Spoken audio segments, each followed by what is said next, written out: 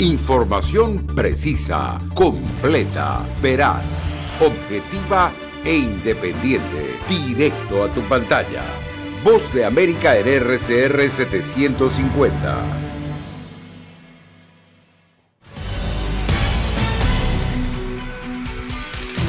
Hola, ¿qué tal? Bienvenidos a una nueva edición de Venezuela 360 desde Washington. Soy Natalí Salas Guaitero.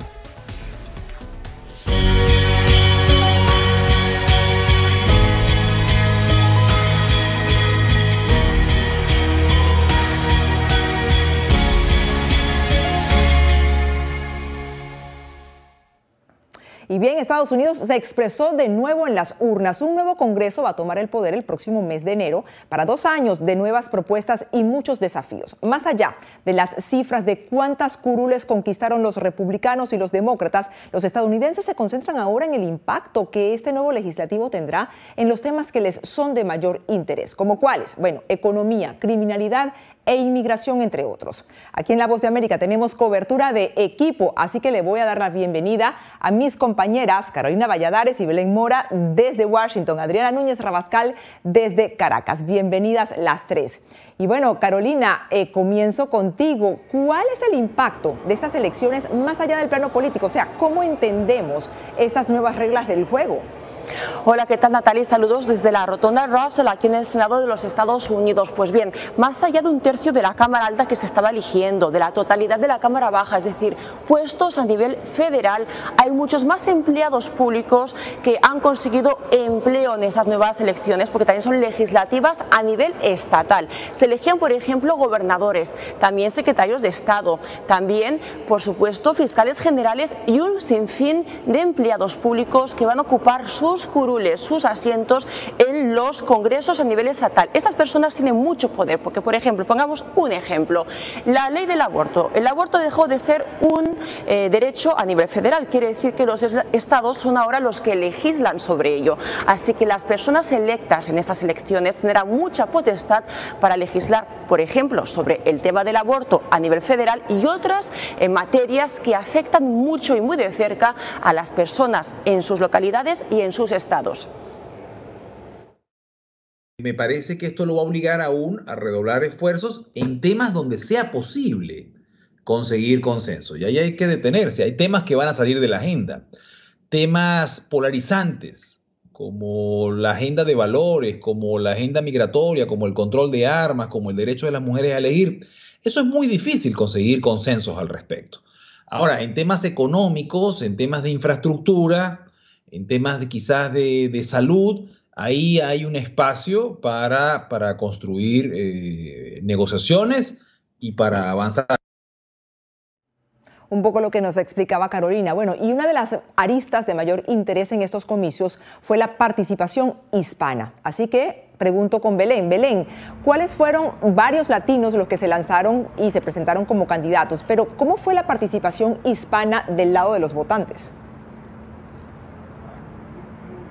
Natalie, lo que sabemos es que los latinos representan una importante fuerza electoral en Estados Unidos. Es más, 35 millones de ellos estaban habilitados a votar en estos comicios, lo que representa el 14% del electorado total en Estados Unidos. Pero a pesar de ello, los latinos no siempre participan en los comicios e históricamente la participación es aún más baja en las elecciones de mitad de mandato. No obstante, desde el Centro de Investigaciones Pew estiman que la participación de los latinos en estos comicios fue similar a la del 2018, cuando la participación alcanzó niveles históricos. Pero para entender al votante latino hay que entender sus miedos, sus expectativas, y eso es algo complejo, ya que la intención de voto de los latinos no siempre está arraigada a un partido político u otro, sino a factores coyunturales, demográficos y también de origen.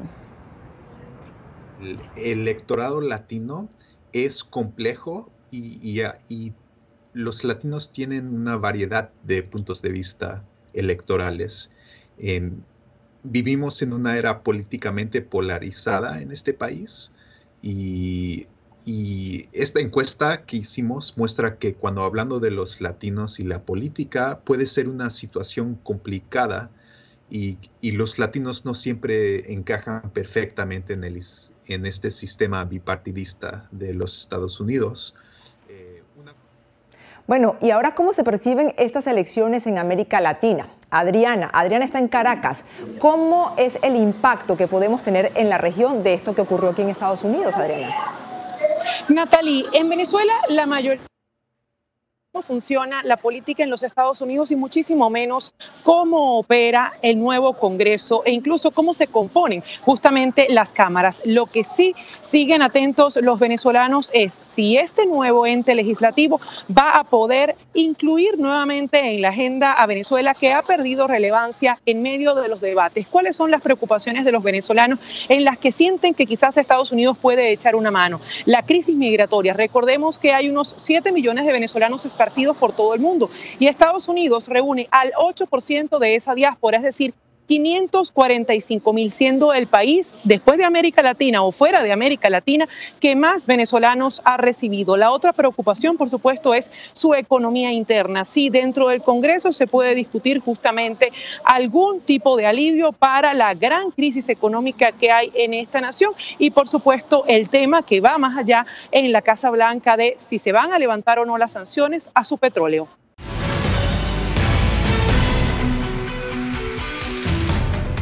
Seguimos aquí en V360 y bueno, retomo contigo, Adriana.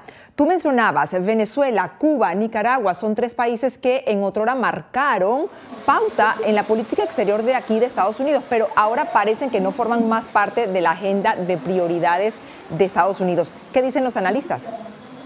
Los analistas coinciden en que, a pesar de que Venezuela, Cuba y Nicaragua han salido de la agenda política, dada la crisis en Ucrania y otras adversidades que debe enfrentar Estados Unidos, hay una oportunidad de que se abra el debate para nuevamente incluir el tema Venezuela, y se trata del holgado triunfo que tuvieron los republicanos en el estado de Florida, que concentra a la diáspora venezolana en especial. El triunfo de Ron DeSantis en la gobernación, así como también el de Marco Rubio para el legislativo, pueden hacer que la diáspora venezolana haga un esfuerzo mayor y pueda introducir los temas que les preocupan a este nuevo ente legislativo o esta nueva composición. Sin embargo, en las calles de Venezuela, como te decía antes, la principal preocupación es si este legislativo va a cambiar o no su política hacia este país. El contexto geopolítico de hoy no es el mismo que afrontó el Congreso anterior. De acuerdo con expertos, la crisis económica post-pandemia y los conflictos internacionales que han acaparado la atención de la Casa Blanca hace que la mirada del legislativo estadounidense cambie de foco. Sí, ciertamente el tema ha perdido importancia en la agenda. La guerra de Ucrania, la amenaza mayor de China sobre Taiwán, digamos, muchos otros temas de ese estilo que son macro y que son de vital importancia para Estados Unidos, están quitando oxígeno, digamos, en la conversación a otros temas como la situación de Venezuela o como la situación de Nicaragua también puede ser. Si bien Cuba, Venezuela y Nicaragua fueron en un momento el blanco de las declaraciones y un asunto bipartidista, las tendencias han enfrentado brechas en los últimos tiempos. Sin embargo, dicen analistas que hay un asunto urgente por atender. Los más de 150.000 venezolanos que fueron detenidos entre agosto de 2021 y agosto de este año por la patrulla fronteriza por cruzar ilegalmente a Estados Unidos desde México. Y a esto se le suma el nuevo programa migratorio que permitirá a 24.000 venezolanos entrar a Estados Unidos con un permiso humanitario, una arista que suma un ingrediente a la conversación política entre legisladores norteamericanos. El tema de los migrantes venezolanos en la frontera, que es algo que hace unos años nos hubiese parecido extraño o inusual, se está normalizando. Por ese lado puede entrar en todo el debate migratorio de Estados Unidos, que siempre es un debate muy complicado y muy polarizado. Pero en la calle, ¿qué esperan o qué saben los venezolanos sobre la política exterior de la Casa Blanca?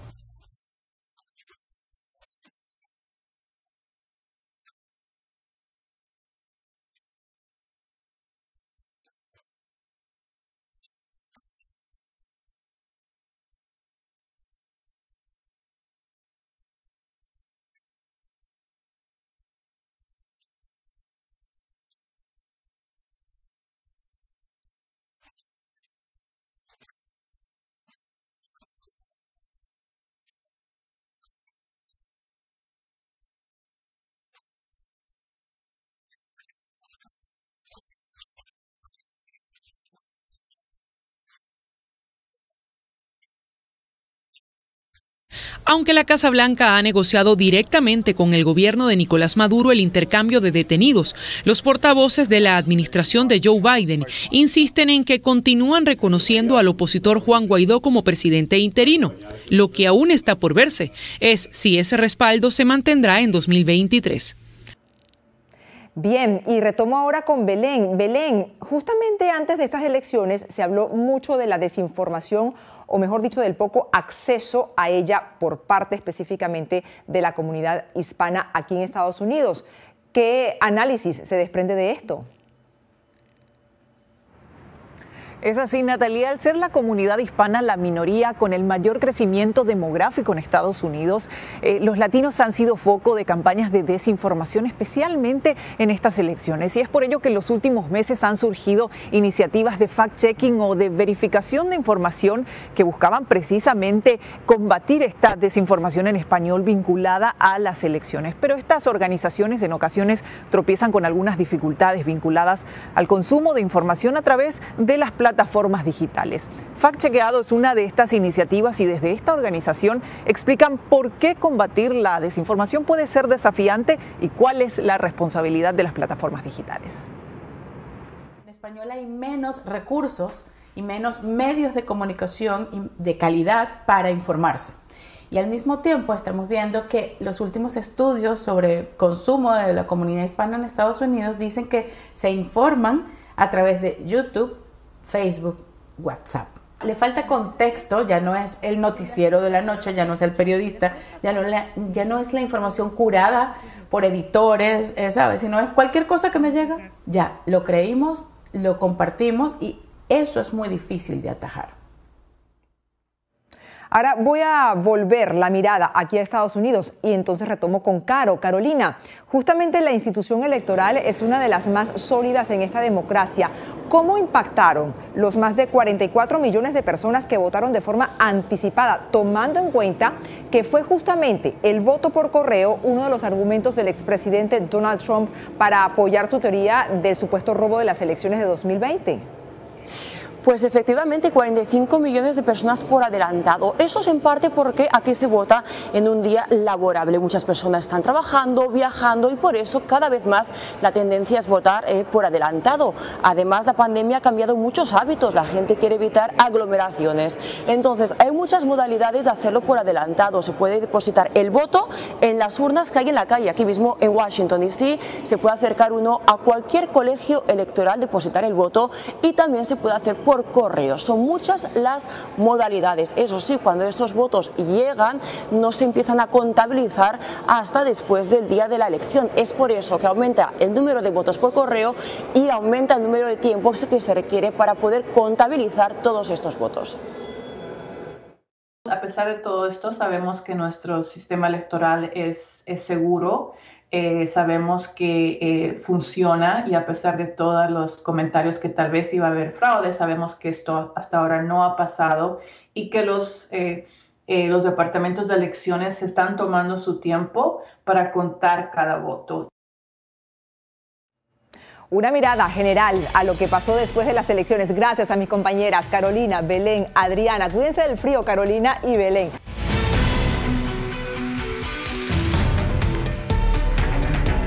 Continuamos en Venezuela 360. Dejando a un lado la política, nos vamos a centrar ahora en un tema de salud. Bueno, no ha sido declarado el fin de la pandemia de COVID-19, a pesar de que ya ha dejado de ser el tema el único centro de atención de las autoridades sanitarias a nivel mundial.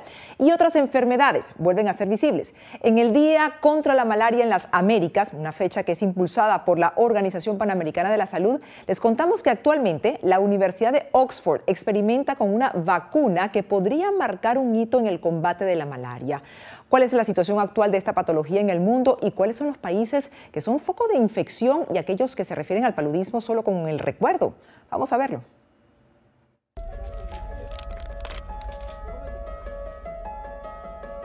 A mí me ha dado 3 veces, me dio fiebre, dolor de cabeza, esa tembladera. Una antigua enfermedad reaparece o quizás nunca se ha ido. Hablamos de la malaria o paludismo, una afección muy antigua pero que aún sigue siendo de interés, sobre todo por su actual incidencia a nivel mundial. La Organización Mundial de la Salud registra 250 millones de episodios clínicos de malaria cada año y cerca de 627.000 muertes, la mayoría en niños de África subsahariana. La malaria se trata de una enfermedad prevenible y curable que ahora renace debido a diversas razones. Si cierras a todo el mundo en su casa y no puede tener acceso fácil al sistema sanitario, pues hay muchos casos de malaria que ocurrirán en las casas y no llegarán nunca al sistema de salud. Si pones dificultades para el transporte aéreo, pues hay medicinas esenciales, hay diagnósticos esenciales que no van a llegar fácilmente a los países. Y aunque las cifras han empeorado en los últimos 2 años y medio, y la situación de la malaria en el mundo ha empeorado hoy en comparación a hace 2 años, seguimos en una situación no tan mala como hubiese podido ocurrir. Pero actualmente la Universidad de Oxford encendió una luz en el túnel en el combate de la malaria al desarrollar una vacuna que, aunque todavía está en fase experimental, promete efectividad de un 80%. Una de las preocupaciones era que esta sería una protección a corto plazo y solo duraría durante algunos meses, pero definitivamente ese no es el caso con los resultados que estamos publicando y, de hecho, una eficacia del 80% en el segundo año de seguimiento después de una dosis de refuerzo es realmente muy alentador. Veamos algunos datos históricos que nos ayuden a entender la importancia de esta vacuna. La malaria o paludismo es una enfermedad causada por un parásito. Los humanos se contagian por medio de la picadura de un mosquito infectado, pero no cualquier mosquito puede transmitir la enfermedad. Solamente lo hacen las hembras del mosquito del género Anopheles. Pero, ¿cuáles son los síntomas de la malaria? La persona va a comenzar a sentir escalofríos, dolor de cabeza, sensación de malestar, y se va a intensificar esa fiebre, y esa fiebre podría tener un ciclo, digamos, bifásico cada 48 a 72 horas. Si esos síntomas no son tratados, puede desembocar en un cuadro clínico grave y causar la muerte en 24 horas. En 2020, la Organización Mundial de la Salud identificó que casi la mitad de la población mundial estaba expuesta al riesgo de contraer paludismo. El 93% de los casos se registran en la región africana. Son países donde realmente conseguir disminuir las cifras es un desafío muy importante. Y quien sufre el problema de la malaria son ahora mismo 2 poblaciones vulnerables, que son los niños menores de 5 años y también las mujeres embarazadas. Y en las Américas se ha registrado un aumento en Perú, Panamá, Venezuela y Nicaragua, según indica la Organización Panamericana de la Salud. En la región de las Américas, 18 países de 37 estados miembros de la Organización Panamericana de la Salud tienen transmisión autóctona por malaria. En 2022, la OPS certificó la ausencia de paludismo en El Salvador y en años pasados en Paraguay y Argentina. Y para que un país sea candidato a ser certificado por la Organización Mundial de la Salud, tiene que tener por lo menos 3 años con una búsqueda activa e intensa sin encontrar casos autóctonos en su territorio. Brasil, Colombia y Venezuela concentran más del 77% de los casos en la actualidad. Pero curiosamente, en los años 60, Venezuela fue el primer país del mundo en erradicar el paludismo. Sin embargo, con la llegada de la crisis económica, política y social, expertos denuncian que se dejaron de lado los programas de prevención y control. En el año 2000 teníamos 35.000 casos. Para el año 2018 fue el golpe o el pico más grande de los casos, que superaron los 500.000 casos. Paradójicamente, la situación en Venezuela ha convertido su territorio en un foco relevante para la propagación de la malaria en América Latina. Sin embargo, expertos afirman que la pandemia de COVID-19 redujo los casos. Hubo una reducción del 50% del 2019 al 2020. Pero este panorama mundial podría cambiar gracias a nuevos desarrollos científicos. Para avanzar en la lucha contra esta enfermedad y combatir los mosquitos resistentes a insecticidas, grupos de expertos ya han modificado genéticamente a algunos mosquitos para que no transmitan la malaria. Y recientemente la Universidad de Oxford anunció la eficacia de la vacuna R21. Estamos tratando de vacunar contra un parásito, no es un virus, tiene miles de genes. Es complejo diseñar una vacuna, más de 100 han estado en ensayos clínicos y estos parecen ser los mejores resultados hasta ahora. Las vacunas del COVID, en 6 meses teníamos vacunas cercanas a estar en el mercado y en cambio para la vacuna de la malaria hemos tardado más de 30 años, ¿no? Y aunque la comunidad científica celebra los resultados de esta vacuna, señalan que todavía no se ha distribuido entre los que más lo necesitan y advierten que no hay que dejar de lado otros métodos de prevención. No creo que la vacuna por sí sola pueda lograr hacer un control de los casos a corto plazo. Desde octubre de 2021, la OMS también recomienda la administración generalizada de la vacuna antipalúdica RTSS a los niños que viven en zonas con transmisión entre moderada e intensa de paludismo. Está demostrado que la vacuna reduce significativamente la incidencia del paludismo y la forma grave y mortal de la enfermedad en los niños pequeños. Julia Riera, Voz de América.